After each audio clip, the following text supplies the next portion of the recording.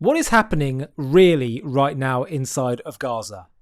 I want to make it clear to you that I personally am someone that doesn't want to see any suffering happening to any human being, even those who I may vehemently disagree with, even those who wish me death, who will me to be my people to be off the face of the earth. I'd much rather than Israel having to eliminate such enemies, I'd much rather they change from their evil ways, repent and choose life, choose goodness, choose peace. I don't wish to see any suffering at all. And I think it was maybe Golda Meir said, we can forgive our enemies for killing our people. We can never forgive them for making us kill them. I don't know if you can forgive people for killing your people personally, but the point that she was trying to get at is that we don't want to be doing any of this suffering to our enemy side. So I just want to state that from the outset. I lament all this suffering, but the question is, what is actually going on and who is to blame? Because right now, the BBC in particular, and so much media will tell you that there are food shortages and people in Gaza aren't getting access to food. There's malnutrition. And that clearly, by the way, is something that is clearly documented, and there's evidence of that. The question is, why is it happening? And what's the root of this? The president of Israel, Isaac Herzog, posted today on Twitter, on X, I spoke to commanders and soldiers, and I visited the Gaza Strip today.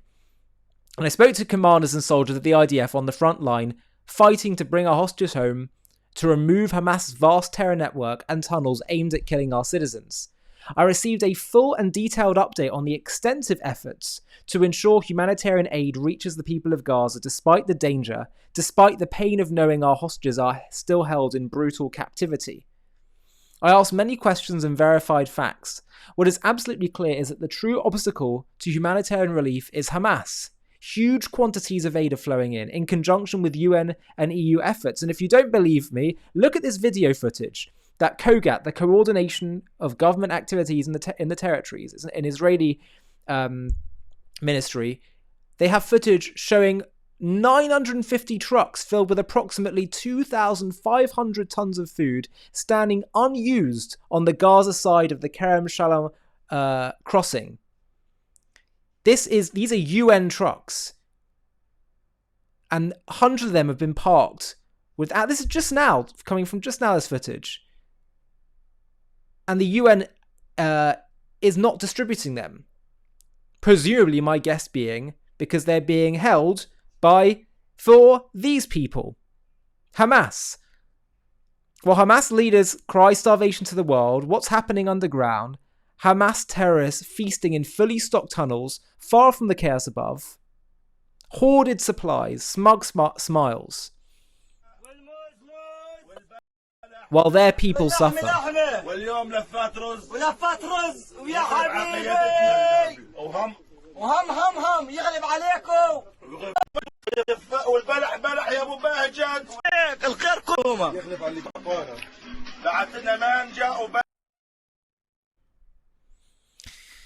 And what's so sickening is that they don't just have disdain for Jewish life, for Israeli life. They have disdain for their own people's lives. For them, it's all just about killing off Israel at all costs. And if their people suffer, well, that can put even more pressure on Israel. Herzog continued, I asked many questions and verified facts. What is absolutely clear is that the true obstacle to humanitarian relief is Hamas. Huge quantities of aid are flowing in conjunction with UN and EU efforts agreed by Israel. Hamas loots the aid, prevents its proper distribution, all of this whilst the GHF distribution is also being procured. Now, I want to talk about what's been happening there and the shooting accusations and all that. We'll talk about that in a moment. But let's be clear, it is the terrorists of Hamas hijacking aid, refusing to agree to a hostage release and ceasefire, kidnapping the civilian Gaza population and subject them to their tragic suffering. Israel is adamantly committed to the rules of international humanitarian law. Even in the midst of war, we're doing everything possible to help civilians in need, in keeping with international law and our Israeli and Jewish values. I have to tell you, by the way, I really have to say that I can't see another country doing this, supplying the enemy territory that they're fighting, that has their people hostage, that did what they did to them on October 7th, who, when the civilian people are polled, the majority of whom supports what Hamas did on October 7th. And they are viewed as responsible for the management of aid getting into this territory. And responsible when Hamas don't distribute it. That lies at Israel's door. The fault lies at Hamas's door. Time and time again. Israel is adamantly committed to the rules of international humanitarian law.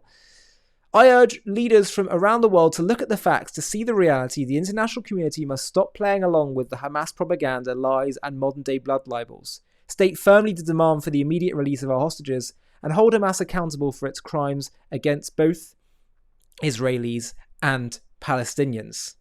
Now, I want to get to what's been happening with GHF, the Gaza Humanitarian Foundation, in a second, because there's been all these accusations that they have that this new distribution that Israel set up, because the UN and Hamas were in cahoots and it just wasn't working.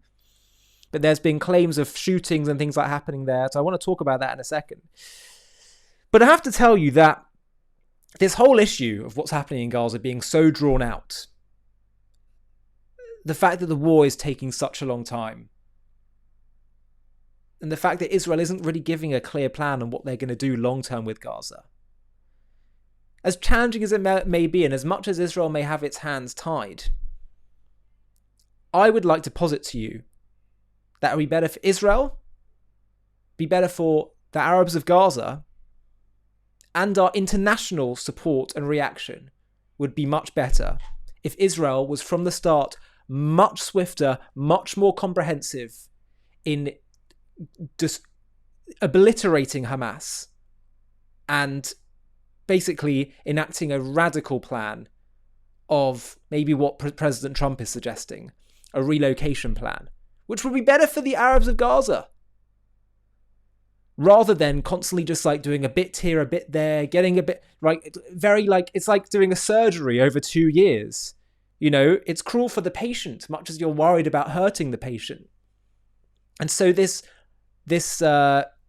drawn outness, I sense there's always something for us to reflect on as well.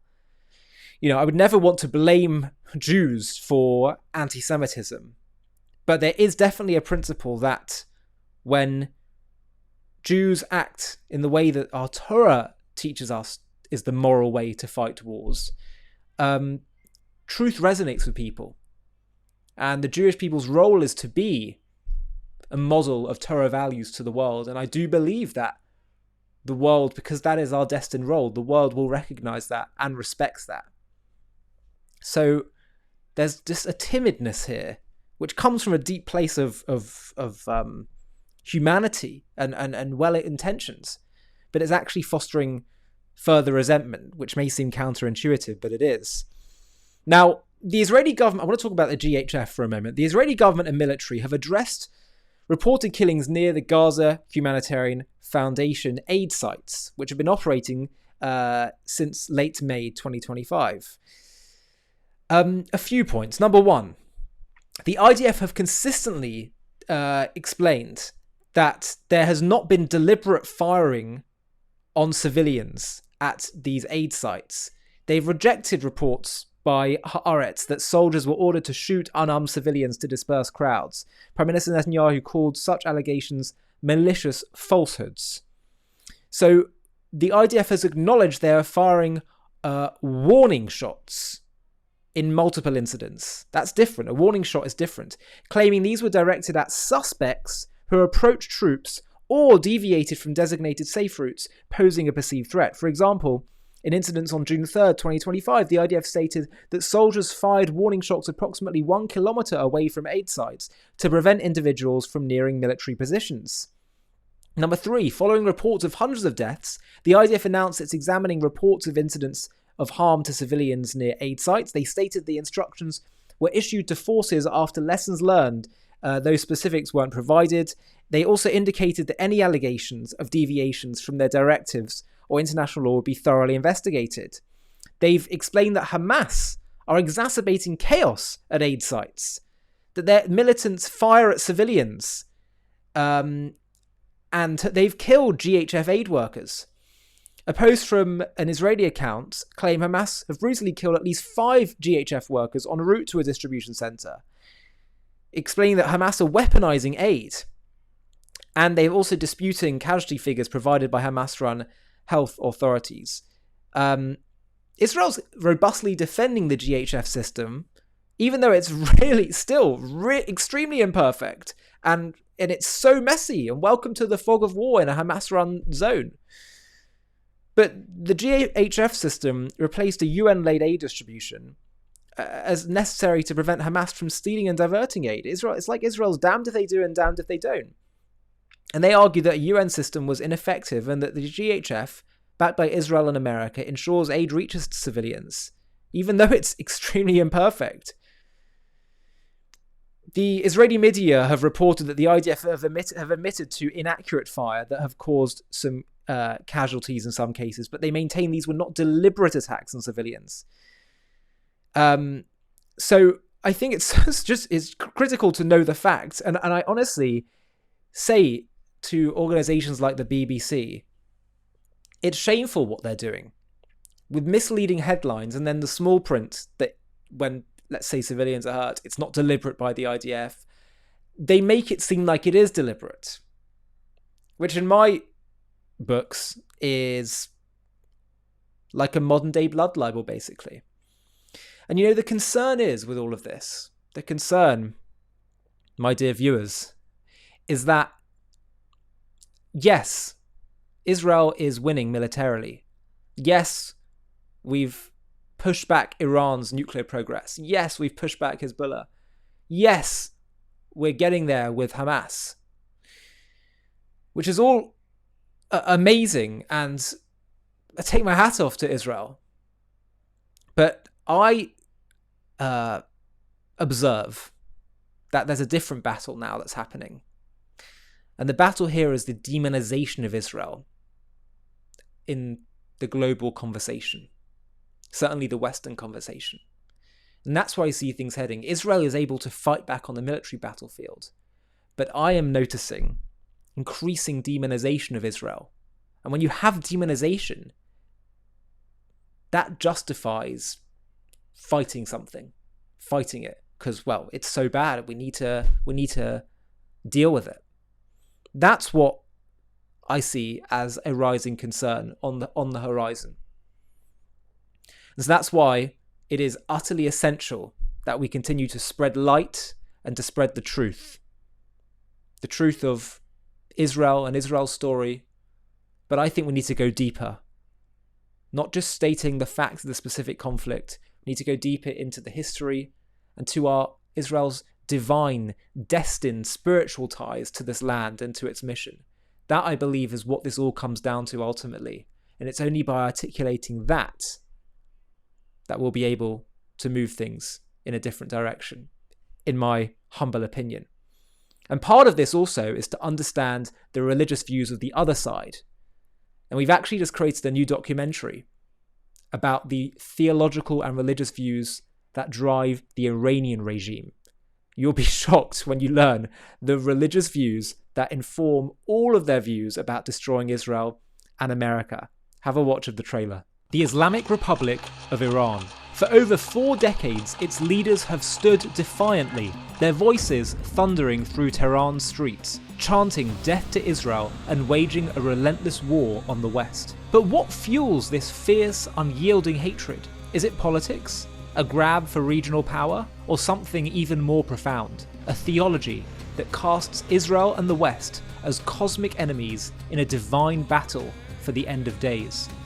In this JTV Plus documentary, We embark on a journey to unravel the apocalyptic beliefs at the core of Iran's revolution. We'll uncover the sacred Shia doctrines that prophesy a world reborn through chaos, where a hidden redeemer, the Mahdi, will rise to vanquish evil, with Israel and America as the ultimate foes. We'll dive deep into the mystical visions of a global Islamic order, where martyrdom and jihad pave the path to divine victory. We'll explore how these ancient beliefs shape Iran's every move, from its fiery rhetoric to its deadly proxy wars. From the revolutionary sermons of Ayatollah Khomeini, who ignited a nation, to the shadow wars of spies, cyber attacks, and missiles that have pushed the region to the brink.